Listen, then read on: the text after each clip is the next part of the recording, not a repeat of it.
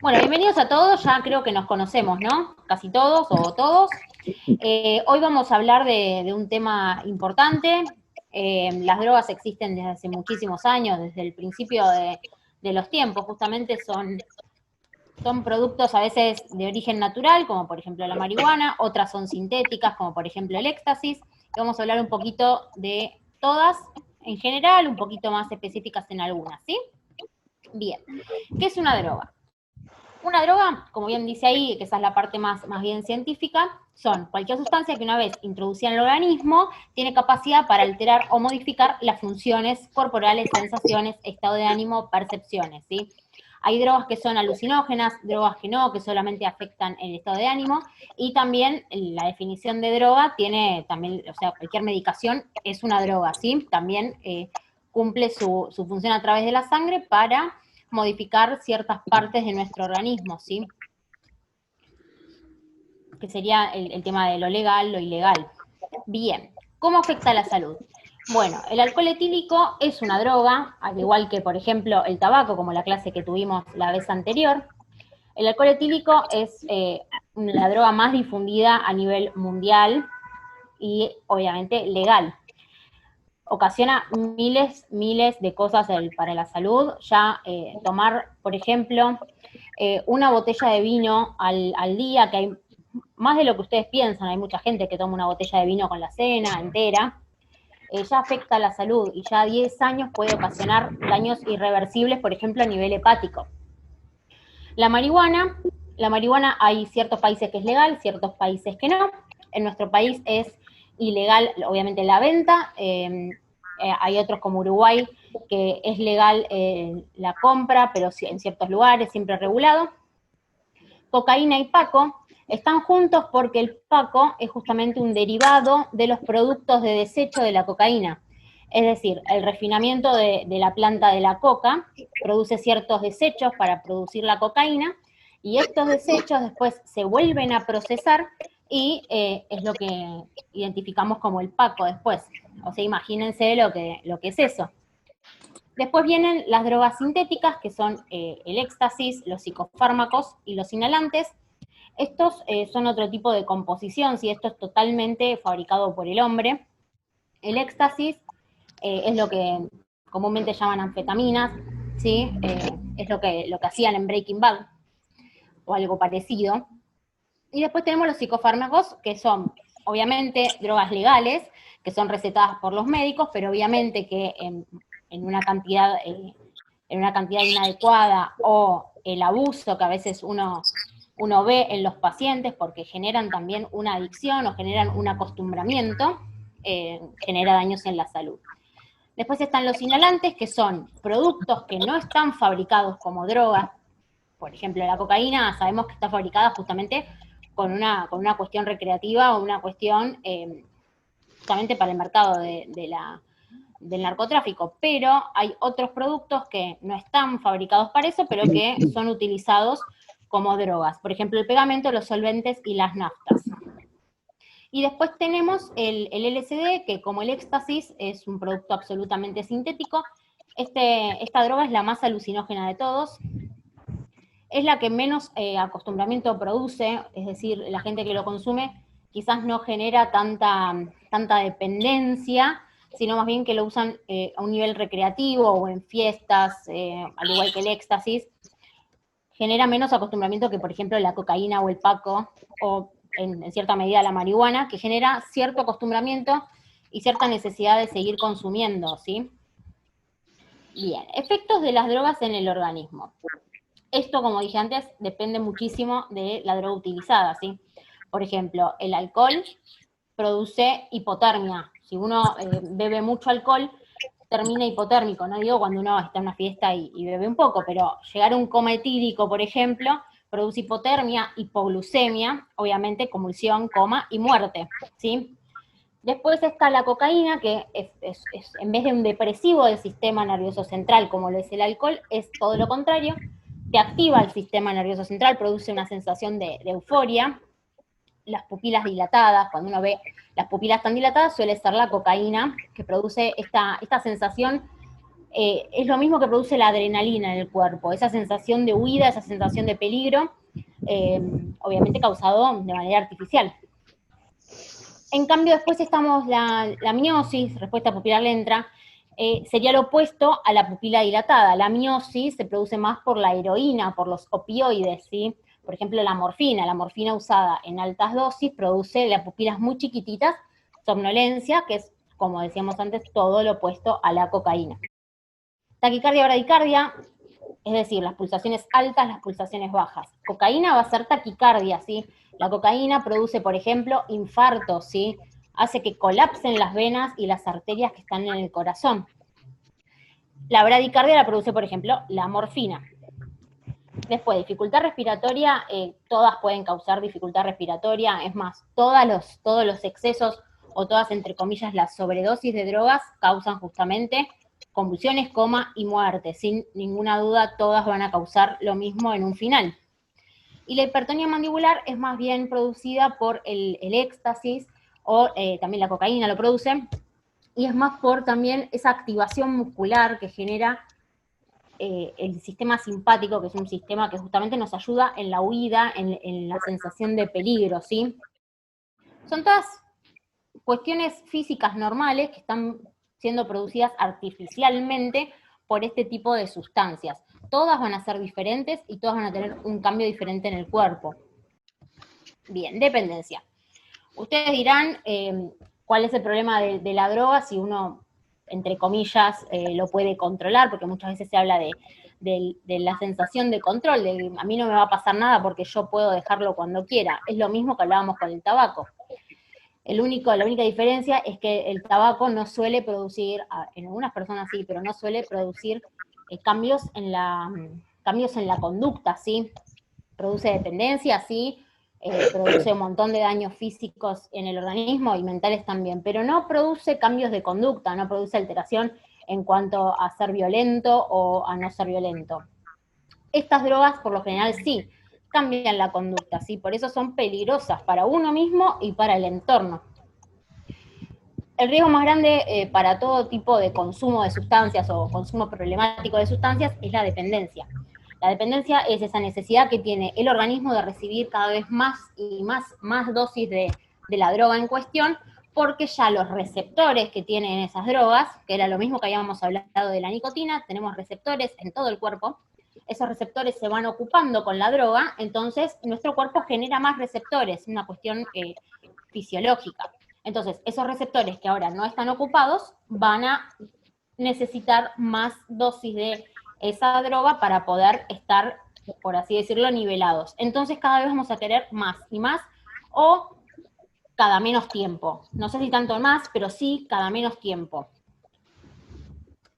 La dependencia, a su vez, del nivel físico, como es el síndrome de abstinencia, como le estaba diciendo recién, también tiene una cuestión psicológica, emocional. Todas las adicciones, como habíamos también hablado con el tabaco, tienen una cuestión emocional, una cuestión de por qué esa persona necesita reemplazar, por así decirlo, una parte de su vida emocional con esta sustancia, o por qué está necesitando de una sustancia artificial para sentirse como quiere.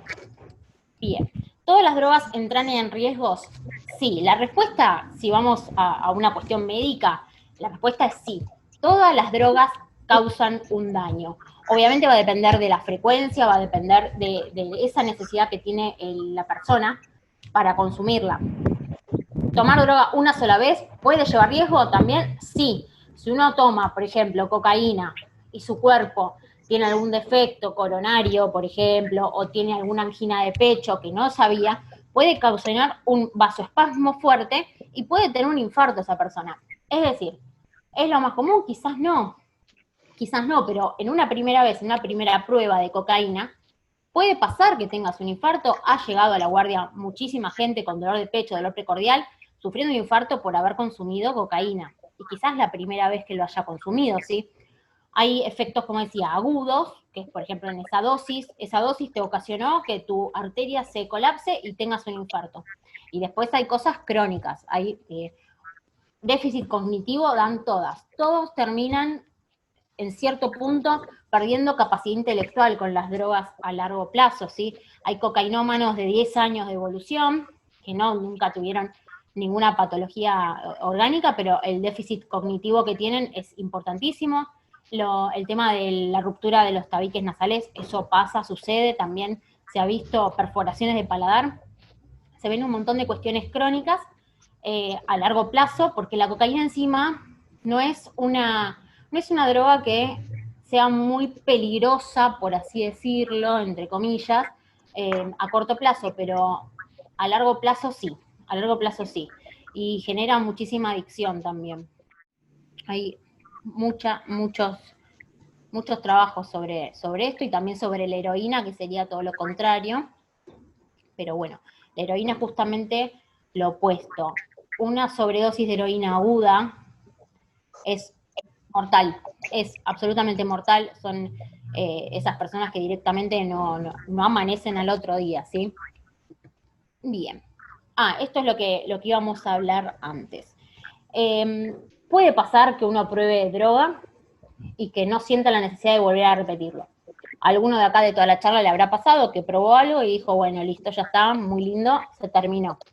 Pero a veces es muy difícil, porque a veces uno tiene ciertos factores psicológicos o tiene ciertos factores en su vida, que puede ser una cuestión social, puede ser, como se dice, la junta. Hay muchos factores que pueden hacer que vos quieras volver a repetir esa experiencia o que te quieras evitar de tu vida cotidiana por algún motivo y caigas en esto de que cada vez que me siento mal, bueno, con esto me sentí bien, lo vuelvo a probar. Y así, sin darse cuenta, se termina convirtiendo en un problema, ¿sí? En un consumo problemático de dicha sustancia.